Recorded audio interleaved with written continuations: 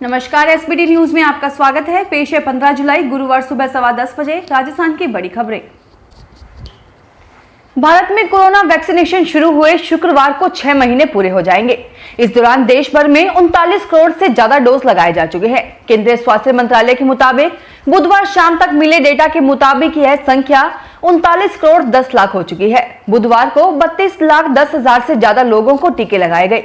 इनमें 18 से 44 साल की उम्र के लोगों में 13 लाख 32 हजार लाख को पहला और 1 लाख 57 हजार को दूसरा डोज लगाया गया। 37 राज्यों और केंद्र शासित प्रदेशों में इस एज ग्रुप के 11 करोड़ 78 लाख लोग पहला डोज लगवा चुके हैं। राजस्थान की दौसा एसीबी की टीम ने बांदीकुई नगर पालिका में बड़ी कार्रवाई करते हुए नगर पालिका के ईओ के कंप्यूटर ऑपरेटर सुमित शर्मा को 1600 रुपए की रिश्वत लेते हुए रंगे हाथों ट्रैप किया है।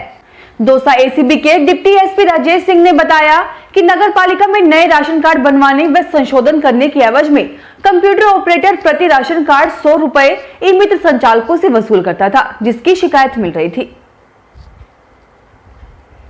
राजस्थान में मानसून के सक्रिय होने के साथ ही बारिश का दौर शुरू हो गया है। बुधवार को चूरू में 28 मिलीमीटर, पिलानी में 28.4 मिलीमीटर और सीकर में 60 मिलीमीटर, अजमेर में 4 मिलीमीटर, जोधपुर में 5 मिलीमीटर, चित्तौड़गढ़ में 7 मिलीमीटर, फलौदी में 1.2 मिलीमीटर, सवाई माधोपुर में 10.5 मिलीमीटर और नागौर में 12.5 मिलीमीटर बरसात हुई। बरसात होने से लोगों को उमस से कुछ हद तक राहत मिली है। राजस्थान सरकार ने राज्य सरकार के कर्मचारियों और पेंशन भोगियों का महंगाई भत्ता यानी डीए 17 से बढ़ाकर 28% करने का फैसला किया है। राजस्थान के मुख्यमंत्री अशोक गहलोत ने एक ट्वीट के जरिए यह जानकारी दी। गहलोत ने कहा कि राजस्थान सरकार के कर्मचारियों तथा पेंशन भोगियों का महंगाई भत्ता 17 से बढ़ाकर 28% करने का फैसला किया गया है। महंगाई भत्ते की नई दर 1 जुलाई 2021 से प्रभावी होगी। गहलोत ने कहा कि राज्य सरकार अपने इस फैसले को लागू करने के लिए सालाना 4000 करोड़ रुपए खर्च करेगी। राजस्थान के मुख्यमंत्री अशोक गहलोत ने कहा कि सामाजिक सुरक्षा के तहत हर पात्र परिवार को पारदर्शिता के साथ सार्वजनिक वितरण प्रणाली पीडीएस के समस्त लाभ उपलब्ध कराना राज्य सरकार की सर्वोच्च प्राथमिकता है। उन्होंने अधिकारियों को निर्देश दिया कि इस दिशा में पात्र परिवारों को जन आधार कार्ड प्रदान करने, राशन कार्ड के साथ मिलान करने तथा त्रुटियां दुरुस्त करने के काम को अभियान के रूप में पूरा किया जाए। इससे पात्र लोगों को राष्ट्रीय खाद्य सुरक्षा के साथ साथ सार्वजनिक वितरण प्रणाली की अन्य योजनाओं का 100% लाभ मिल सकेगा। दिल्ली सरकार ने यात्रियों को बसों के बारे में वास्तविक समय की जानकारी देने और राष्ट्रीय राजधानी में सार्वजनिक परिवहन को लोगों के लिए और अधिक अनुकूल बनाने के लिए गूगल के साथ बुधवार को हाथ मिलाया। दिल्ली के परिवहन मंत्री कैलाश गहलोत ने कहा कि गूगल मैप्स के साथ ही साझेदारी के साथ दिल्ली उन वैश्विक शहरों की सूची में शामिल हो गई है जो सार्वजनिक परिवहन के बारे में निर्बाध वास्तविक समय की जानकारी प्रदान करते हैं।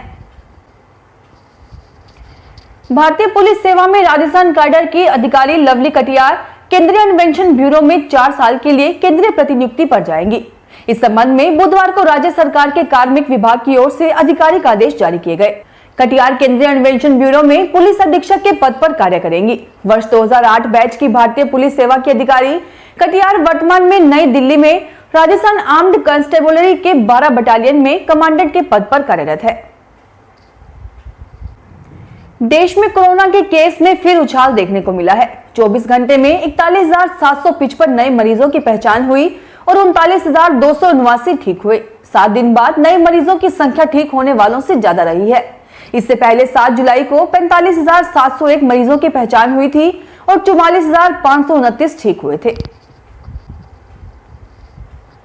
टोक्यो ओलंपिक में जाने वाले भारतीय एथलीटों का उत्साह बढ़ाने के लिए खेल मंत्रालय ने बुधवार को cheer for India song release किया। इस गाने को ग्रैमी अवार्ड विजेता संगीतकार AR रहमान ने कंपोज किया है। युवा सिंगर अनन्या बिड़ला ने गाने को अपनी आवाज दी है। गाने का official title cheer for India Hindustani way रखा गया है। गाने के वीडियो में अलग अलग ओलंपिक में भारतीय खिलाड़ियों की सफलता को दिखाया गया है। कोरोना की दूसरी लहर कमजोर पड़ गई है। रोज आने वाले केस 40,000 के आसपास आ चुके हैं। जून से वैक्सीनेशन ने भी रफ्तार पकड़ी है, लेकिन अब भी कई ऐसे लोग हैं जो केस कम होते ही वैक्सीनेशन से बच रहे हैं। वहीं कई ऐसे लोग हैं जो वैक्सीन की 1 डोज लगवाने के बाद ही पूरी तरह लापरवाही बरत रहे हैं। कुछ लोगों का कहना है कि मुझे कोरोना हुआ, उसके बाद मैंने वैक्सीन की 1 डोज ले ली, अब मुझे दूसरे डोज की कोई जरूरत नहीं है। आखिर कहां तक यह बात ठीक है? राजस्थान कांग्रेस प्रदेशाध्यक्ष गोविंद सिंह डोटासरा ने बुधवार को कहा कि 2023 में होने वाले विधानसभा चुनावों में भी कांग्रेस पार्टी विजयी होगी तथा फिर से सरकार बनाएगी। बतौर प्रदेशाध्यक्ष 1 साल का कार्यकाल पूरा होने पर पार्टी राज्य मुख्यालय में आयोजित अभिनंदन कार्यक्रम में उन्होंने कहा कि कांग्रेस पार्टी आम चुनावों में जारी घोषणा पत्र में किए गए सभी वादों का क्रियान्वयन सुनिश्चित करेगी। आम तो आम ही होता है, लेकिन कुछ आम बेहद खास है। खाने में तो खास है ही, बाकी कीमत भी लाजवाब है। जापानी किस्म के इस आम की कीमत 2,70,000 रुपए किलो है। जापानी किस्म का ये आम अब कोटा की धरती पर उग रहा है। कोटा के रहने वाले ये श्री किशन हैं, जो आम की पौध इजाद करने के लिए जाने जाते हैं। इस बार श्री किशन ने जापान के क्यूशु द्वीप पर पाया जाने वाला मिचियाकी आम की पौध तैयार की। लाल अंडे की तरह दिखाई देने वाला यह आम एग ऑफ सन के नाम से भी जाना जाता है। जापान में इसे टोक्यो नो तमेगो भी कहा जाता है। आम की अन्य प्रजातियों की तुलना में यह आम 15% अधिक मिठास होता है।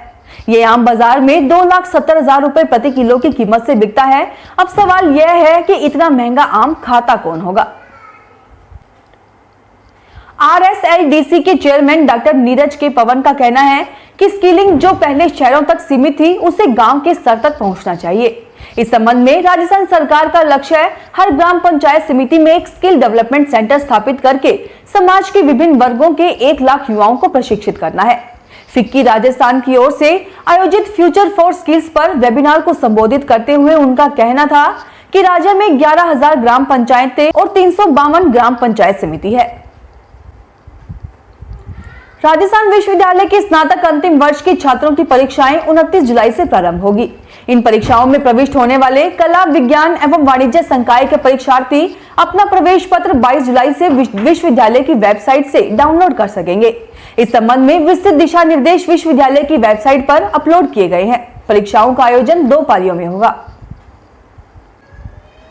राजस्थान सहकारिता विभाग के रजिस्ट्रार मुक्तानंद अग्रवाल ने कहा कि बीमा कंपनी किसानों के दुर्घटना बीमा और सहकार जीवन सुरक्षा बीमा योजना के लिए किसानों के खारिज बीमा क्लेम दावों का सत्यापन करेगा। उन्होंने कहा कि किसान परिवार को कठिन परिस्थितियों में मदद के लिए बीमा की व्यवस्था की गई है। ऐसे में किसी भी किसान के साथ दस्तावेजों के अभाव में यदि बीमा क्लेम खारिज हुआ है तो इसका सत्यापन करवाकर क्लेम दिलवाया जाएगा। फिलहाल इस बुलेटिन में इतना ही, फिर हाजिर होंगे और बड़ी खबरों के साथ। SBT न्यूज के वीडियो देखने के लिए हमारे चैनल को सब्सक्राइब करें और नोटिफिकेशन पाने के लिए बेल आइकन को प्रेस करें।